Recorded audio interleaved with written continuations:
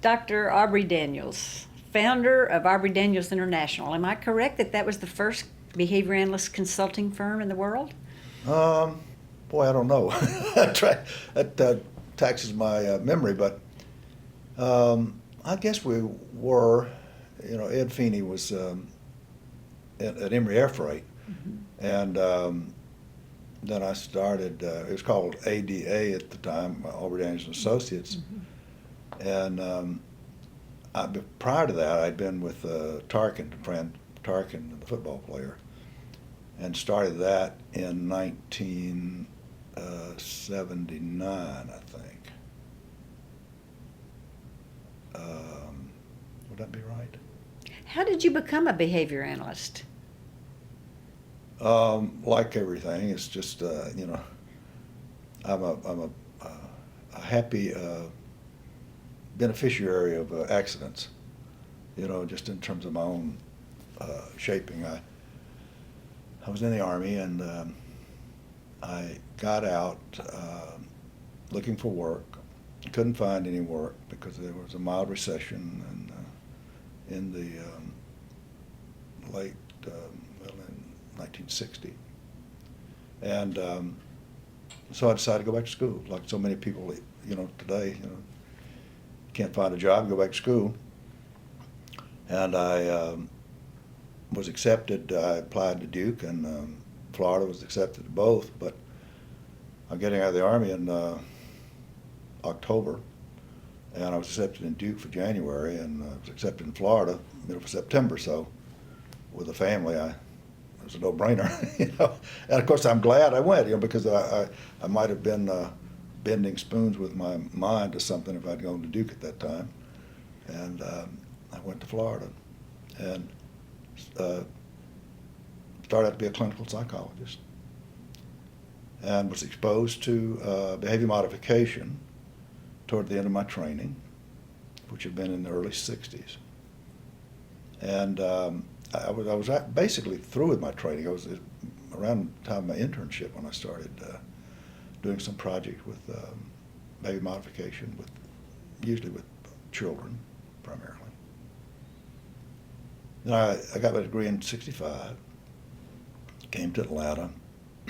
Atlanta had just had sort of a scandal in mental health because they had only one state hospital and it was severely overcrowded. So they had decided to build a series of regional hospitals, and they had to have an institute to train everybody. So I came for the Georgia Mental Health Institute, and the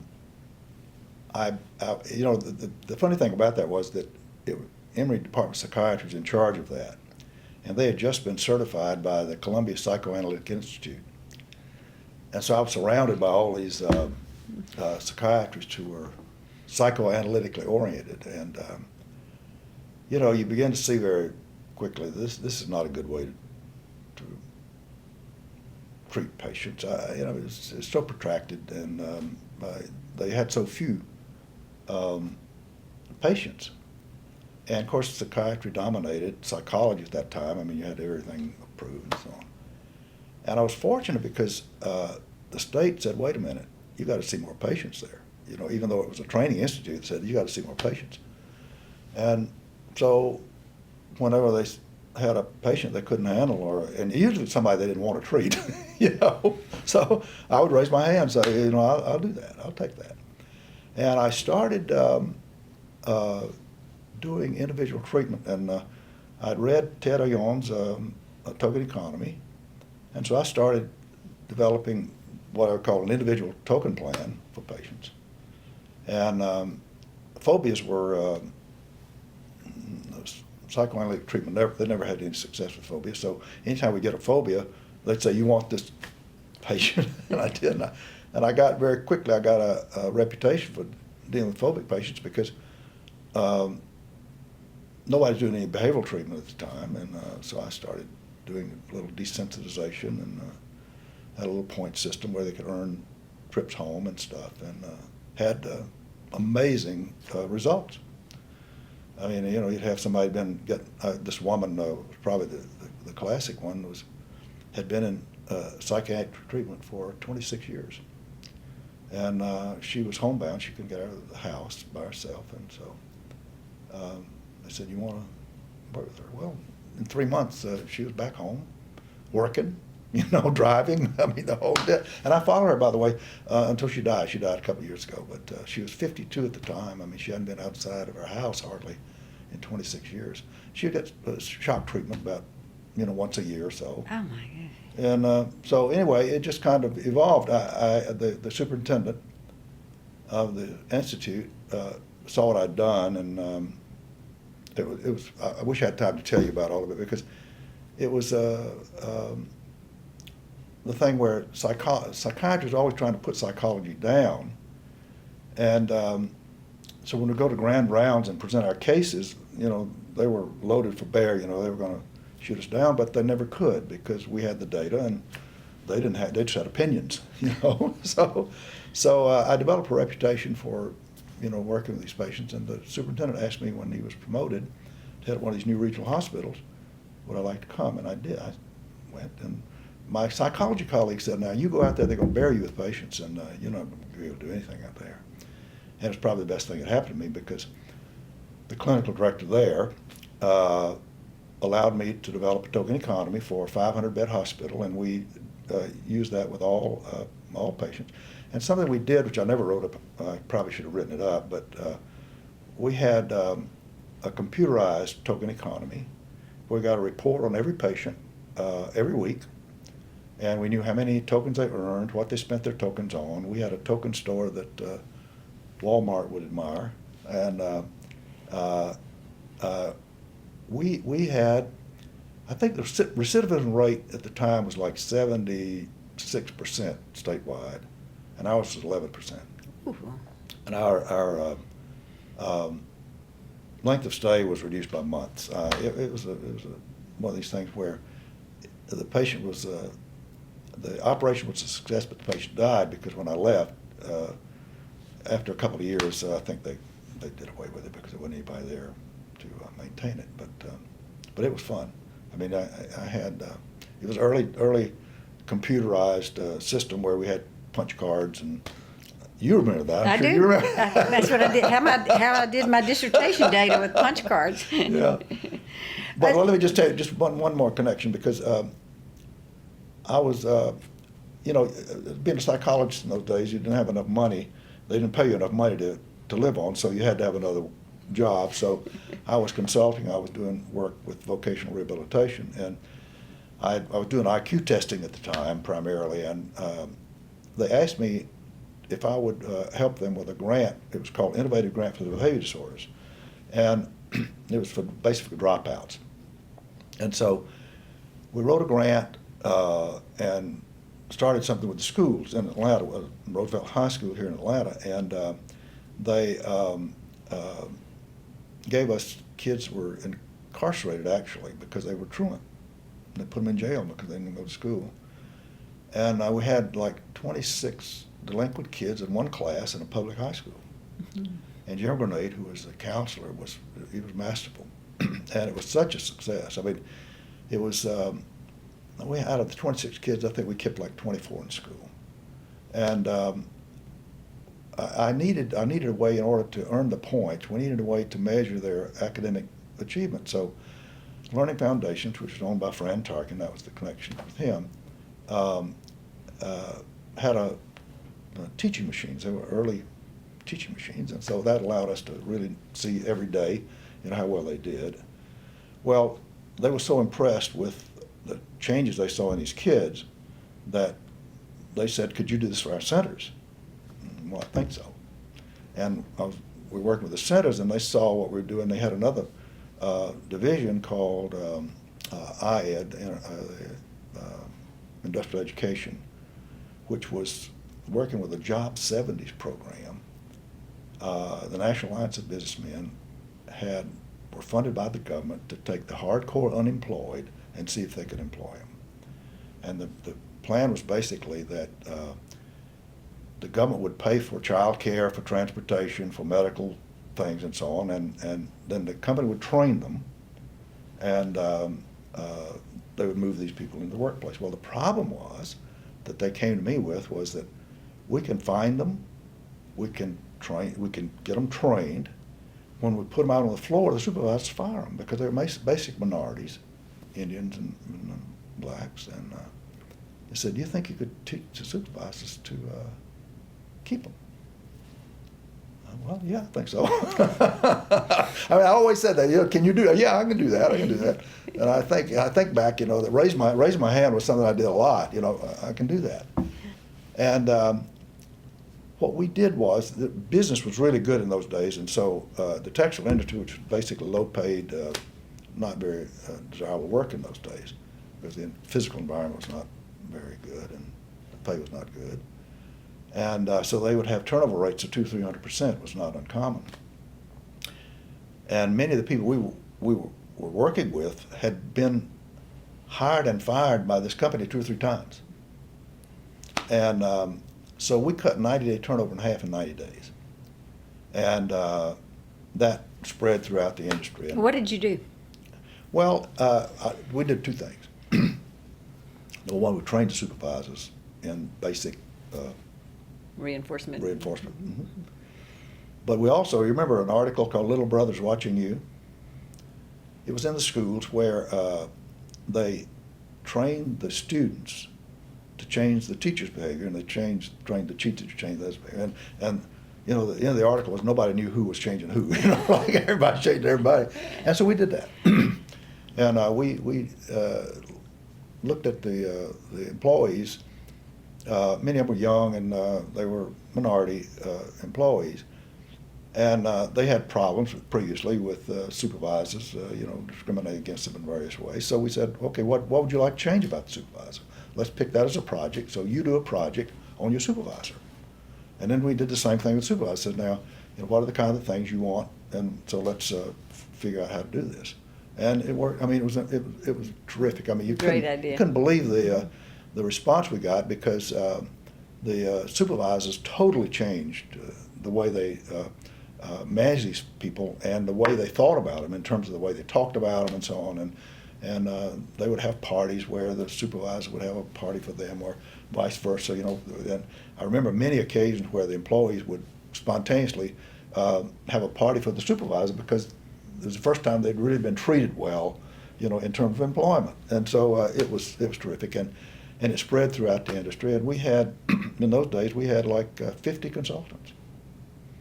And it's like I'm going to University of Florida next week to talk to the clinical students about the fact that as a PhD, you're going to be a manager probably the day you go to work, and you have no training in it. And you don't want to be like me. I had to learn the hard way, and I made a lot of mistakes, early on.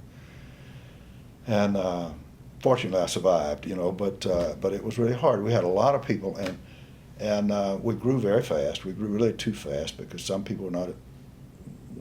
In those days, you couldn't find people that were trained to do this.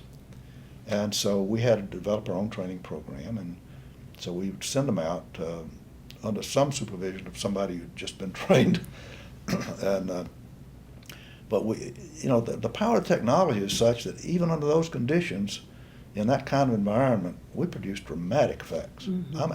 I mean dramatic effects. We would double and triple performance. Problems they'd had for years and years, were solved in a matter of weeks or months.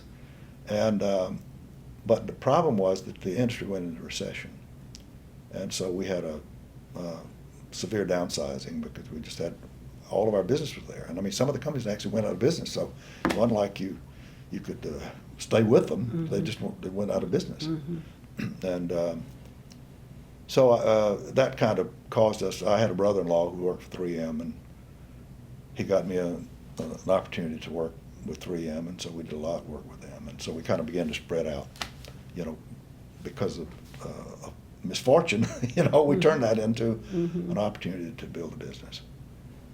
I left him in '78. As long as he was playing football, it worked out pretty well. But, quarterbacks want to run the show, and so when he came back and wanted to take over full time, he figured he knew more about this than I did, so it's time for me to go. So I started ADI in '78. That's probably more than you wanted to know, but that's really very much what I wanted to hear. Yeah, well, it was. the thing was, in those days, I mean, very few people that I knew anyway, were doing anything, in business. Mm-hmm. And so I had to learn about business as well as learn how, to do some of these other things, because I had not had a lot of formal training in this at the university. I had, a couple of professors who, Bill Walking at the University of Florida knew a little bit about behavior modification, was doing some work in a school down there, and so I did a little work with that. And Where you're desperately needed now is in places like institutions where people are working with people with retardation. yeah, They need desperately some people in the OBM, because the behavior analysts know what to do. Right. But there's no one Yeah. who works with the administration yeah. that. Well, the schools are the same way. It's Yeah. the same way as schools. Yeah. I've made a few talks to these folks, but nobody's really done much to really train people in terms of how to do this. And I'll tell you something I learned in business was we'd go in and we'd help a supervisor with productivity, which was a real problem early on. And we get good results. And then later, I might go back to visit them and say several months later and say, "How's it going?" "I'm not going too good." I said, "Well, you mean productivity?" And, "Oh yeah, productivity's good, but I'm having this quality problem." And I'd say, "Well, what'd you pinpoint?" And they'd say, "You think I'd work on quality?" And I began to learn that people didn't generalize very well from the way we were training. Mm-hmm. And I find the same thing with these sorts of operations. And I say, well, wait a minute, why don't you do what you've learned to do with the patient? Mm-hmm. With each other. Mm-hmm. Will that work? It's kind of crazy. That's really where they need the help, not with the patient, Yeah. but with the staff. Yeah. Well, I guess I learned that early on because at Georgia Regional Hospital, one of the units we had was the unit for severely retarded, non-ambulatory, multi-handicapped, bedfast patients. So these were sort of the intellectual bottom of the barrel. And the hospital volunteer director was great at getting contributions and so on. So she got me 250,000 green stamps to use with the staff to teach the kids self-help skills, because most of them didn't know their name or couldn't dress themselves or anything. And we had really good luck with that.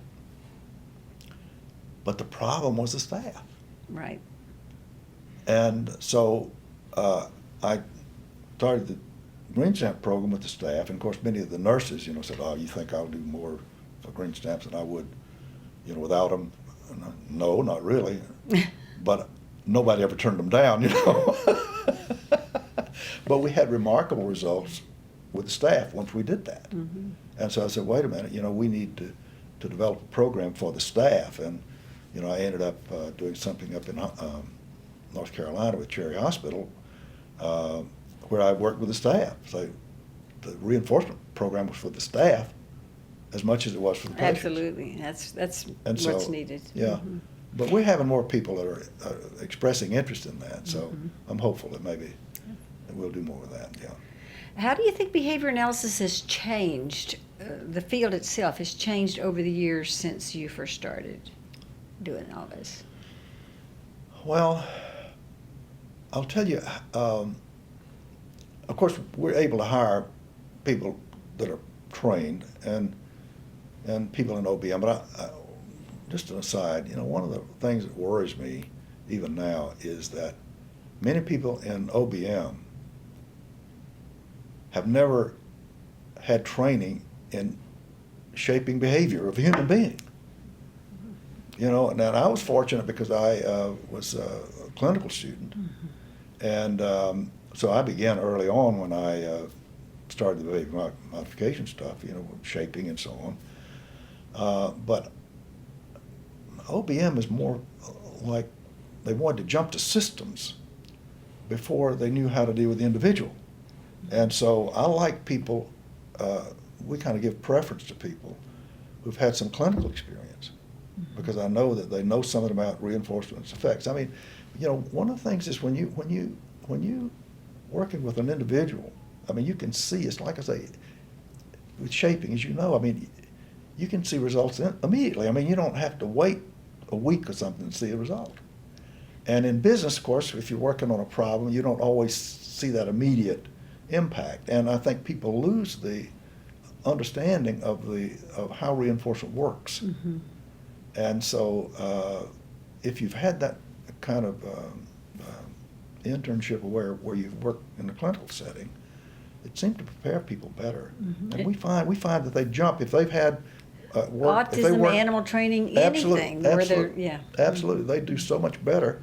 When they come with us, they take off very quickly. Mm-hmm. Whereas if they've just had sort of the traditional systems training kind of stuff, Mm-hmm. they get away from people. It's like I say, you cannot change behavior in an office. Mm-hmm. I mean, we're experts in behavior. You got to be out where people are behaving. Mm-hmm. You can't solve a performance problem sitting in an office developing a plan. You can't do that. Not well. Mm-hmm. People try it all the time. You can't do it well. So I think that's one of the things that's changed. But now, having said that, what we were beginning to do is to look at process behavior. In other words, watch people to see how they're doing a process, if they're following the steps well and so on, and looking at behavior chains, rather than just isolated, Mm-hmm. behavior. That's in safety, particularly where you start wearing your hard hat or, wearing gloves or this kind of thing, and we can change those things, Mm-hmm. like that. Mm-hmm. But the issue is more process behavior, where they skip a step in something, and this is not normally, they don't take data on that Mm-hmm. typically. So nobody really knows that until it's a problem, Mm-hmm. and then they don't really look at the process very well. So that's what we're beginning to focus on that, and having an impact on all of the systems in an organization. I wrote this book called Oops, and the subtitle is 13 Magic Practices to Waste Time and Money. And I did that in order to try to elevate what we're doing rather than look at just frontline Mm-hmm. performer, which is where managers want to say, well, that's our problem down there. I said, no, it's not your problem. Mm-hmm. The problem is the way you pay people, the way you praise people, the way you, Mm-hmm. do all these sorts of things. So that's kind of where we're moving as an organization these days. So you, of course, continue with the individual and just add that Right. component to I it. say, look, a group is nothing more than a group of individuals. And if you don't know how to change individual behavior, you'll never be able to change group behavior. Mm-hmm. And that I thought that was so obvious that you wouldn't really have to talk about that, but we get that feedback from people saying, well, now, wait a minute, we have a team environment. Duh, it's just a group of people, individuals. And if you don't know, I say you cannot positively reinforce a team. You can only reinforce the behavior of team members. Mm-hmm. And you can reinforce individual for teamwork behavior. And that's what a group is. That's what makes a group work well and perform well. Right. But if you don't know it at that level, then, you've missed the big point, and so you try to reward group accomplishments and so on. It may have some impact where it hadn't been done, but it's not going to maximize the opportunity you have. Is there anything that you would do differently in your career if you were going to go back? No, I probably wouldn't do what I'm doing. I'll tell you, my first customer, when I started ADI, when I left Tarkin Ventures, was Paul Broyhill, and he owned Broyhill Furniture Company. And he was a great first customer. He's still a friend. One of the things I like to about what we do is we make friends. And Paul, he started with him in 1978, and he's now retired. But I saw him just recently, and he said, if I had to do over again, I'd have done a lot more work with you. And I said, well, that's good. But he gave me a piece of advice that I ignored. When I started working with him, he said, now don't start a company. He said, what you need to do is find 4 other fools like me. Find what? Find 4 other fools like me, Mm-hmm. and give us a day a week. And he said, you'll make good money. And he said, you won't have to worry with the company. And I thought many times, I wish I'd taken that advice, but uh, in thinking about it, really, I learned a lot by making mistakes. And if I had to do it over again, I'd try to avoid that, but I'm not sure that I could. I don't know. And I've really had a good run, and we have a great job because we're working with people who are trying to improve. Most of the time, they're people who want to do things better. The only problem in this business is travel. And young people like the idea of travel, but then, when, one plant, one office, one hotel, one airport's pretty much like another anymore. Mm-hmm. And so you satiate on that fairly quickly,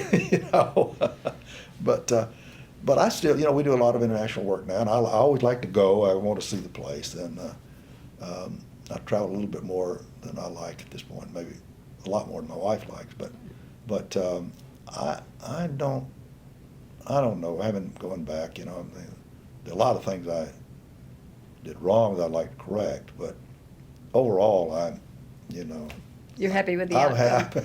happy with it. We have a little slogan here called "Changing the Way the World Works." That's all we want to do. Mm-hmm. And I'm running out of time, so I would like to accelerate. And I think if I knew what I know today and I could start over, I'd do a lot of things different. But the way I came up, I don't know that it was anything. Well, what area of the field would you like to see more work done in? Well, I'd have to think about that a lot, but I think the field is not sophisticated in business.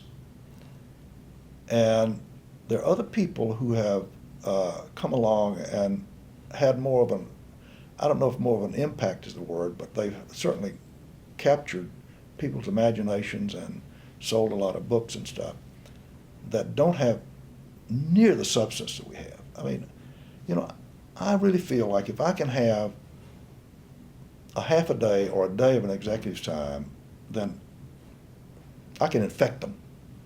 Mm-hmm. I can infect them with this in a way that there's no known cure, because once they understand this and they begin to look at life, out of this framework, I mean, they're spoiled for the rest of their lives because they see things differently. Mm-hmm. And all of our customers are surprised that we're not 1,000 people. Of course, we don't want to do that. I mean, that's not our business model. But when they see the impact of this, they say, well, wow, why isn't everybody doing this? And as a group, we don't know how to market. And I tell you, when I went to Florida, I was there, of course, after I'd spent 3 years in the Army, and I was sort of behind the curve with the graduate students who were coming right out of undergraduate. Dr. Webb, who was the head of psychology at Florida, had just given a paper at APA called "How to Turn a Silk Purse into a Sow's Ear." And it was basically saying that we train a perfectly good scientist, and then they go to work for a company, and they're ruined by it. And so basically, we were taught kind of to look down our nose at business. And I had a hard time with that because I didn't, like advertising and marketing and stuff, that's just crap, excuse the language, but it's a waste of time. And I mean, that was a poor judgment on my part, because it took me 20 years of doing this to begin to understand how to market. I was so enamored with the science that I tried to sell the science, and people don't buy the science. They want a solution to that problem. They don't care about how you do it. And it's only after you go to work with them that all of a sudden they see results where they've been struggling. And then they want to say, well, how'd you do that, and then become more interested in the science. So I struggled for a long, long time selling the science, and I was successful enough, to stay in business. But it would have been so much better if I knew more about how business people work, think, and so on. Mhm. And so I think exposure to business, it's almost independent of OBM. I mean, like, Mhm. if you're a clinical student, I mean, you Mhm. need to know how business operates, because you're going to be in a clinic. It's going to be a business, and you're going to be called on to have an impact in the community in which you operate. Mhm. And so there are things that other people know that would be important for us to know. And very few places that I know of are doing much, with that. Mhm. And so I think the field could profit from that. Makes a lot of sense. What do you see as the future of behavior analysis? Project what's going to happen? Well, I don't think it can be resisted for long. I mean, I think to use Malcolm Gladwell's tipping point, that sooner or later is going to be a tipping point to where this will just be the way that people do things. I really do think that, because we have a hard time because we're trying to overcome habits that people have a long history of reinforcement, and you can show people results, and they still have habit that's counter to what they've learned. And so you have to have a lot of patience, and you have to really be good at shaping. But I think sooner or later, as I say, sooner or later we'll get you. Mhm. And I think that it'll be a fad, where everybody will want to do this, and then we'll have problems that fads have, where people come in and don't know what they're doing, and kind of mess things up a little bit. But I don't know any other way to do that. But I believe that it's catching on, and I think the reason it's catching on, particularly in business, is that they've tried everything. And sooner or later, have to come down to behavior, right? Sooner, Like, if you're lucky. yeah, it's like we got people who are been trained in Six Sigma and lean manufacturing and so on, and when we get them here for our advanced class, almost every one of them says this is the missing piece. We've got a process, but we don't know how to manage behavior. Mhm. And so it just seems to me that it's just a matter of time. And I'll tell you, the interest in this in places outside the United States is growing like dramatically within just the last couple of years. Mhm. We're working in China and Singapore, and just starting work in Nigeria, and we're working in Europe and Japan and all these places. And they're more excited about it than a lot of people are here. Mhm. And some of them are the people that we're using there, the nationals there, are quick to learn this, and they go about it in a different way than we would, and they're having more success earlier, I think, than we have here. So I'm really excited about that. Would that be because they don't have they're kind of on the ground floor and they want to go up fast, and they're not opposed to things that are new? And Yeah, that reminds me. I'm at the age where everything reminds me of something. Reminds me of a story. But when I was writing the book, Oops, I decided that I needed to limit it. I decided on the number 13, since I'm talking about mistakes people make. I thought 13 would be a good number, because every time I would go somewhere and I would give them my list, they'd say, "I got one more for you." And I said, "Wait a minute, I got to finish this book." So I was doing presentations on it before I actually wrote it. I was in India like 3 years ago, and when I present that here, people come up and say, "Boy, you're right. These things are really bad. We need to change those." But I don't know if we're going to be able to change them. Because I'm talking about compensation and appraisal and so on.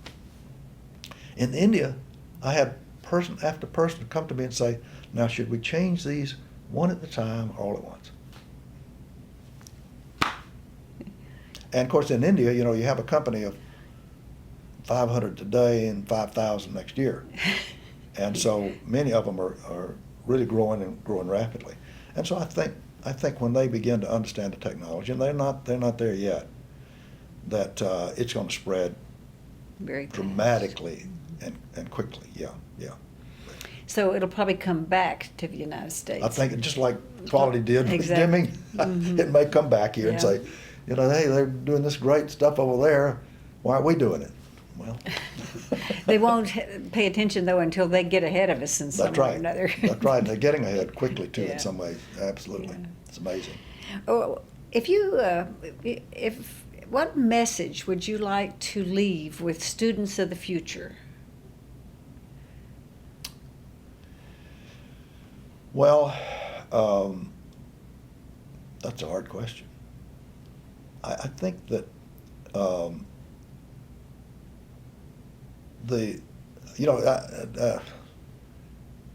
this gets messianic, I guess, but the world needs this. And this is important. I mean, it really is important, and that we're never going to develop the kind of world that people idealize without this. Because we've been trying for hundreds of years, and we screw it up, over and over again. And that I believe everybody needs to understand this. And we got to find a way to disseminate powerful technology. I consider us technologists. You're more of a scientist, and the thing about a scientist never has an answer, because you get Just a lot of questions. Yeah, right. They got more questions they do answers, and so. But at some point, the technologists have to say, okay, well, you found this, and this is a pretty robust finding, so we're going to take that now and try to implement this in some way. And but when I started out in the business, my goal was to train supervisors in a plant to be a behavioral scientist. And I felt like it was that important that they learn this, and I got criticized for using the word antecedent and so on. And I said, why do you want to do that? I said, well, it's important that they understand that antecedent is different from stimulus or these other things. It's different. And so let's just teach them that, and I still feel that we need to do more training than we usually are able to do. But I think that, the more we can disseminate the technology, and we need a lot of help to do that. And people really need to understand the science. One of the things we tried to do, I've resisted, and it at a price really. I've resisted attempts to take the latest fad, and kind of, go with that. I could have done quality circles and stuff like that and been probably more financially successful. But I couldn't do that because I think the science is what brought us here, and that's what's going to stay with us. And so we need to learn the science, and what we're trying to do is stay as close to the science as we can. And you encourage people to go to ABBA and be involved in these kind of things, because you get practitioner drift very quickly. And you're shaped by the environment you work in, and so if you don't have some way to go back, An anchor. and touch the stone, from time to time, then you get way away from where you intended to be. And so I think, stay true to the science. It's important. Well, thank you very much, Aubrey Daniels. This has been very informative and very interesting. As Well, you I've always just are. gotten started. I mean, you got me wound up now. But I've enjoyed it. Thank you, Sigrid. You're welcome.